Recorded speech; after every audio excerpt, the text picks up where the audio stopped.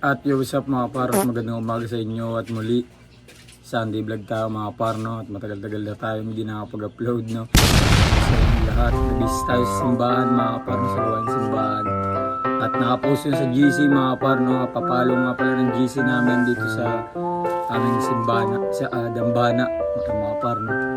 Simbana tuloy. Sa aming Dambana dito mga par, ito yung mga par. At papalo na lang dyan mga par, at sa page din natin mga par, at ito naman yung mga par, at yung mga par, follow din, subscribe din dito mga par, no, sa aking YouTube channel at sa aking Facebook account mga par, no. At yung mga par, yung kainahintay natin, at ako yung mag-asikaso muna at mag-BBS at punta na tayo sa simbahan. Bigyan ko yung mga kabis na tayo. Yung mga par, nabis na ako at ayan, baby na din. Bis na din. Ay. Pangit. At yung mga par, punta tayo sa simbahan at tanapayin na tayo. Let's move out. Surprise!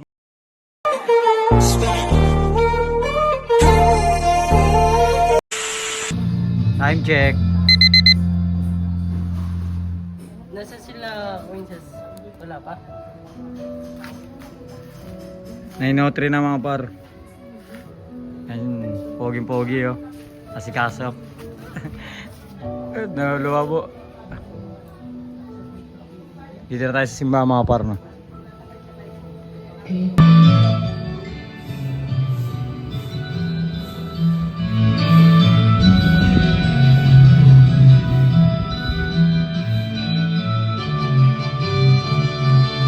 Purihin ang Panginoon,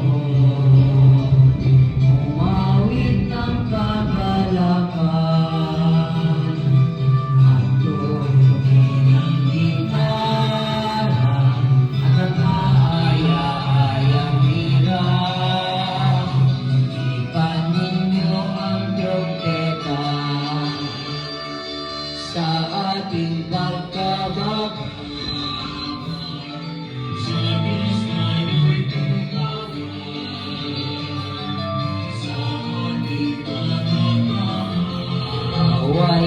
Kayo ay kanyang iniligtas.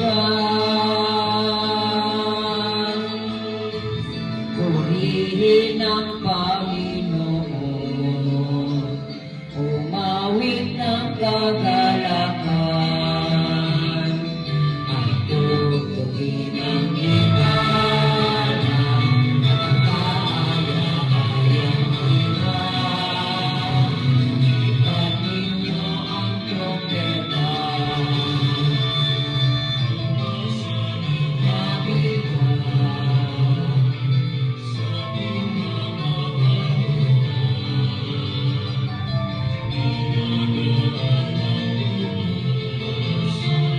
Ng Diyos na tagapagligtas, purihin ang Panginoon, umawit ng kagalakan, at tugtugin ang gitara, at ang kaaya-ayang hirap. Ipan ninyo ang trompeta.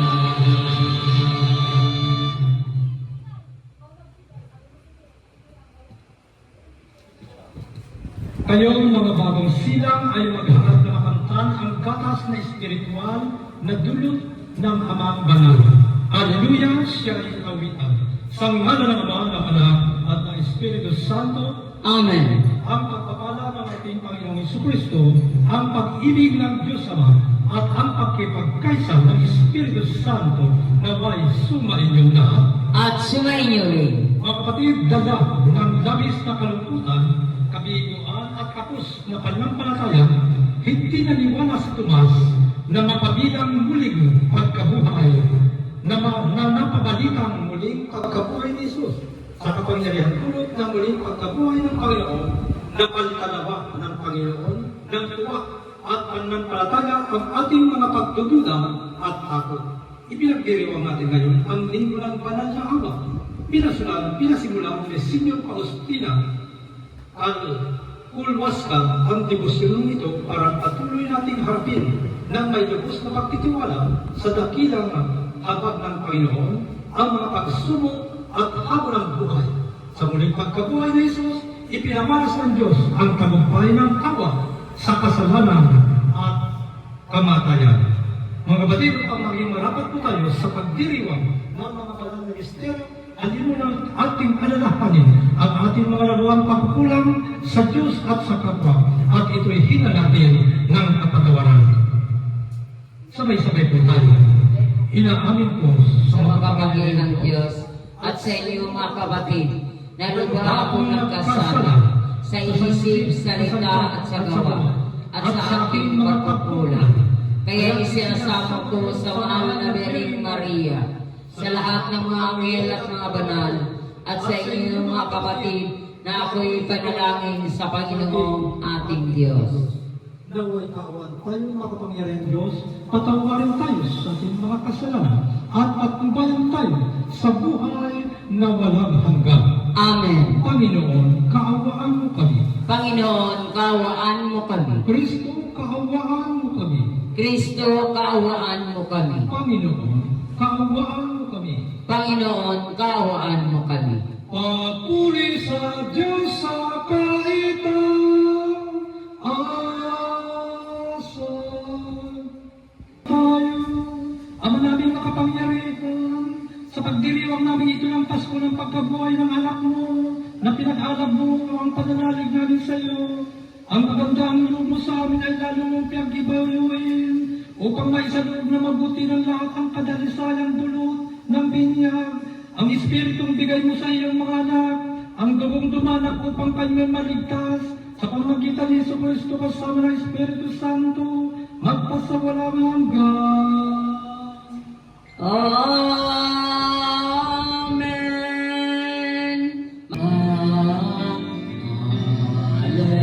Hallelujah, hallelujah. Ikaw mo, noong nakikinig ako sa iyong mga salita. Hallelujah,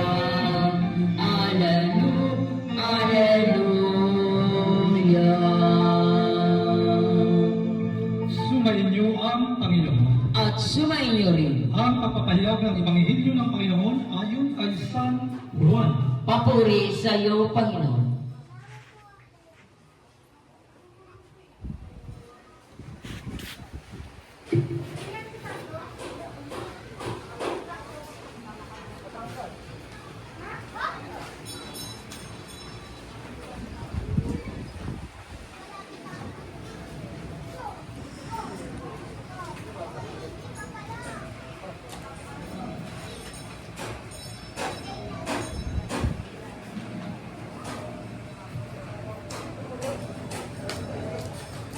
Kinagabihan ng linggo din yun, ang mga alagad ay nagkakatipon.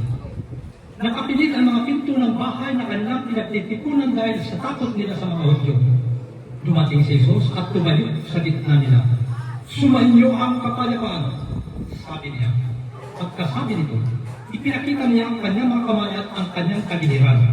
Tuwang-tuwa ang mga alagad nang makita ang Panginoon. Sinabi na naman ni Jesus, sumainyo ang kapayapaan. Kung paano sinugo ako ng Ama, gayon din naman sinusugo ko kayo. At katapos, sila'y hiningahan niya at sinabi, tanggapin ninyo ang Espiritu Santo, ang patawarin ninyo sa kanilang mga kasalanan ay pinatawad na nga, at ang hindi niyo patawarin ay hindi nga pinatatawad. Ngunit si Tomas, na tinagurang kambal, isa sa 12, ay wala roon nang dumating si Jesus. Kaya't sinabi sa kanya ng ibang alagad, nakita namin ang Panginoon. Sumagot si Tomas, hindi ako maniniwala hanggat di ko nakikita ang butas ng mga pako sa kanyang mga kamay at maisusuot ko dito ang aking daliri at hanggat hindi ko na ipapasok ang aking kamay sa kanyang tagiliran. Makalipas ng 8 araw, muling nagtatipon sa loob ng bahay ang mga alagad. Kasama nila si Tomas. Nakapilit ang mga pinto, ngunit pumasok si Jesus at tumayo sa gitna nila. Sinabi niya, sumainyo ang kapayapaan. Saka sinabi kay Tomas, Tingnan mo ang aking mga kamay at ilapit dito ang iyong daliri. Ipasok mo ang iyong kamay sa aking kagiliran. Huwag ka nang mag-alinlangan. Maniwala ka na. Sumagot si Tomas. Panginoon ko at Diyos ko. Sinabi sa kanya ni Jesus, naniniwala ka na ba sapagkat nakita mo na ako? Mapapalad ang mga naniniwala kahit hindi nila ako nakita. Marami kang kapabalaghan ginawa si Jesus na nasaksihan ng mga alagad, ngunit hindi ito nakatala sa mga aklat na ito. Ang mga nakatala dito ay sinulat upang sumampalataya kayo si Jesus ang Mesiyas, ang anak ng Diyos, at sa gayoy magkaroon kayo ng buhay sa pamagitan niya. Mga kapatid, ang mabuting balita ng ating kaligtasan. Pinupuri ka namin, Panginoong Jesucristo. Magsiupo ang lahat. Sa kalalaman ng anak ng Espiritu Santo, Amen. magandang umaga po mga kapatid sa ating Panginoon. Magandang umaga na po, Father Marcial. Ang mga pagbasa po natin mga kapatid sa araw na ito ay napakagandang mga karanasan ng ang mga apostol po ay nawalaan sana ng loob noong ang Panginoong Jesucristo ay namatay. Sapagkat dito po sa oras na ito, nang nagkakatipon sa isang tahanan abang alagad, sila po ay mga takot sa mga Hudyo na baka sila ay isa-isa hindi hulihin. Kaya sarado ang mga pinto habang sila nakakatipon sa isang bahay ng kanilang mga kasamahan. Subalit, ang Panginoong Jesucristo po ay pumasok sa gitna nila samantalang nakasara ang lahat ng mga pinto. At bumati ang Panginoong Jesucristo, sumainyo ang kapayapaan.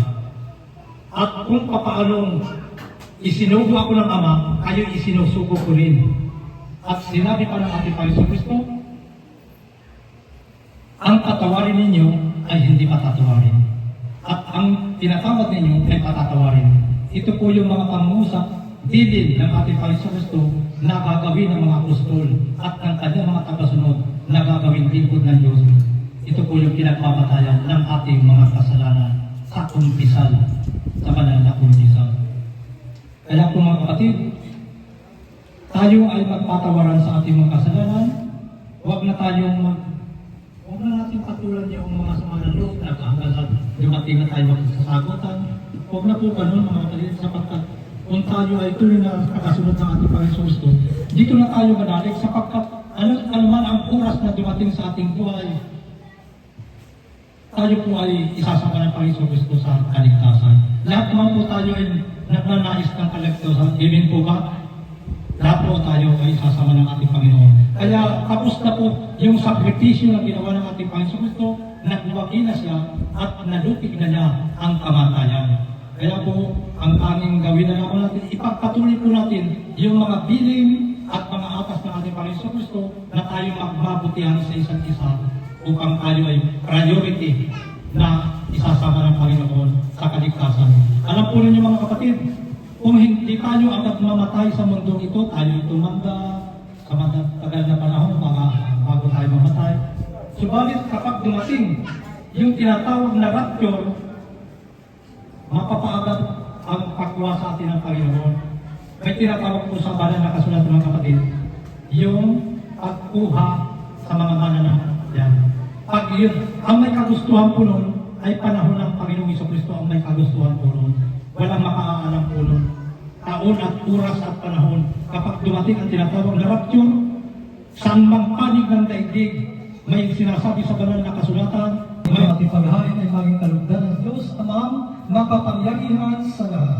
Tanggapin nawa ng Panginoon ito paghahain sa iyang mga kamay, sa kaparingan at karangalan sa ating kapanginabangan at sa buong sambayang banal. Panalangin ukol sa mga alay.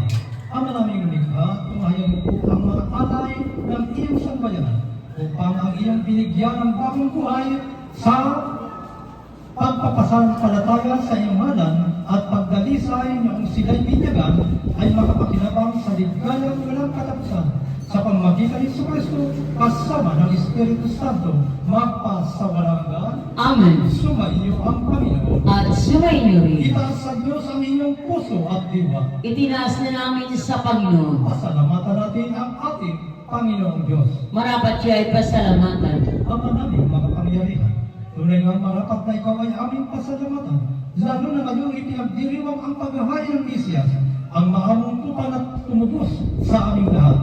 Ang iyong anak na minamahal ay naghayag sa sarili niyang buhay, siyang tupang maamong umako sa kaparusahan upang magpatawad ang kasalanan sa sanlibutan. Ang pagkamatay niya sa banal na krus, ang kamatayan namin ay kanyang nilupig. Sa pagkabuhay niya bilang manunubos, pag-asa at pagkabuhay ay aming nakamit. Kaya't kaysa ng mga anghel na nagsisiyawit ng papuri sa iyo nang walang humpay sa kalangitan, kami nagbubunyi sa iyong kadahilaan. Santo. Muli kang pinasalamatan, Ama. Iniabot niya ang pali sa kanyang mga laban at sinabi, tanggapin ninyong lahat ito at inumin. Ito ang palis ng aking dugo, ng bago at walang hanggang tipan. Ang aking dugo na mabubuhos para sa inyo at para sa lahat, sa ikapagpapatawad ng mga kasalanan. Gawin ninyo ito sa pag-aalala sa akin.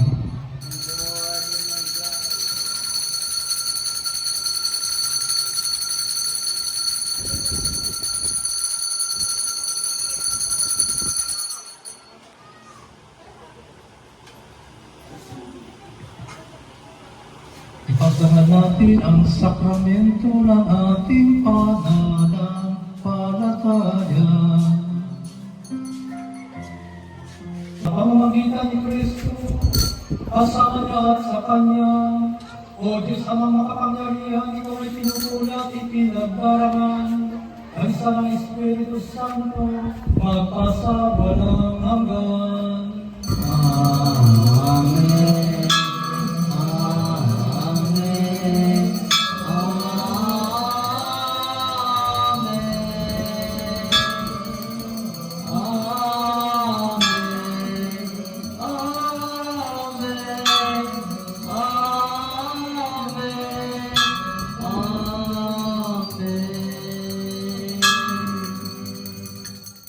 Katotohanan ng buhay, walang makaputol sama, kundi sa pamagitan niya. Mapapalad kayong inaanyahan sa kanyang piging.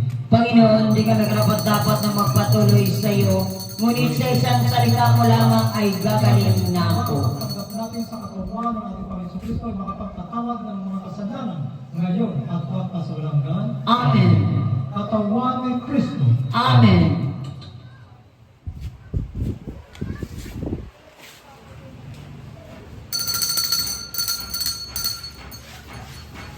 Ng pagkabuhay ay patuloy na miral sa aming kalumban sa pamagitan ni Kristo kasama ng Espiritu Santo magpasawalang hanggan. Amen. Sumainyo ang Panginoon. At sumainyo rin. Magsiyo ko kayo at hingin ang pagpapala ng Diyos. Ama namin mapagpala, lingapin po ang iyong angkan, pakundangan sa pag-ibig ni Jesucristo na hindi tumangging magdusa sa kamay ng mga makasalanan. Kahit sa krus siya ay mamatay at ngayon siya ay nabubuhay kasama mo at ng Espiritu Santo magpasawalang hanggan. Amen. At naway pagpalaan kayo makapangyarihan Diyos Ama at ng Anak at ng Espiritu Santo. Amen. Mga kapatid, tapos ng ating banal na pagdiriwang, mayo kayong mapayapa at laging maglingkod sa Panginoon at sa kapwa. Salamat sa Diyos. Alleluia, alleluia.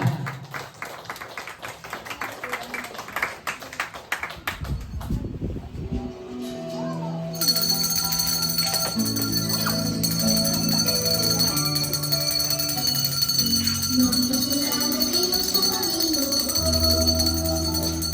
Nararamdaman ka na lahat ng bagay dito sa mundo. Siya'y gumawa ng buwan at mga bituin upang magbigay ng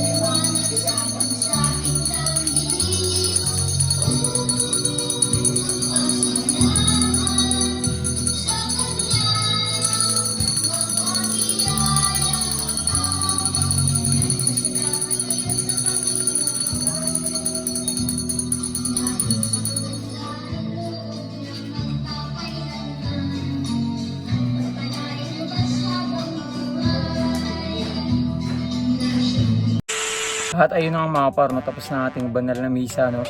At sana nakapagsimba kayo mga par, no? Kung hindi man kayo nakapagsimba ngayong linggo, no, mga par. At ang araw natin ngayon is April 12 mga par, no? Yan mga par. At yung mga par, at sana nakapakinig, natuto at nakapakinig kayo ng homilia mga kapar, no? At yun lang mga kapar, pasensya na ngayon lang nakapag-upload kasi masyadong nabisi sa mahal na araw mga kapar, no? At sa mga ginagawa dito mga par sa bahay at sa iba pa mga par, no? At yun lang mga par, peace out and purra. God bless sa inyong lahat at palaging good vibes lang.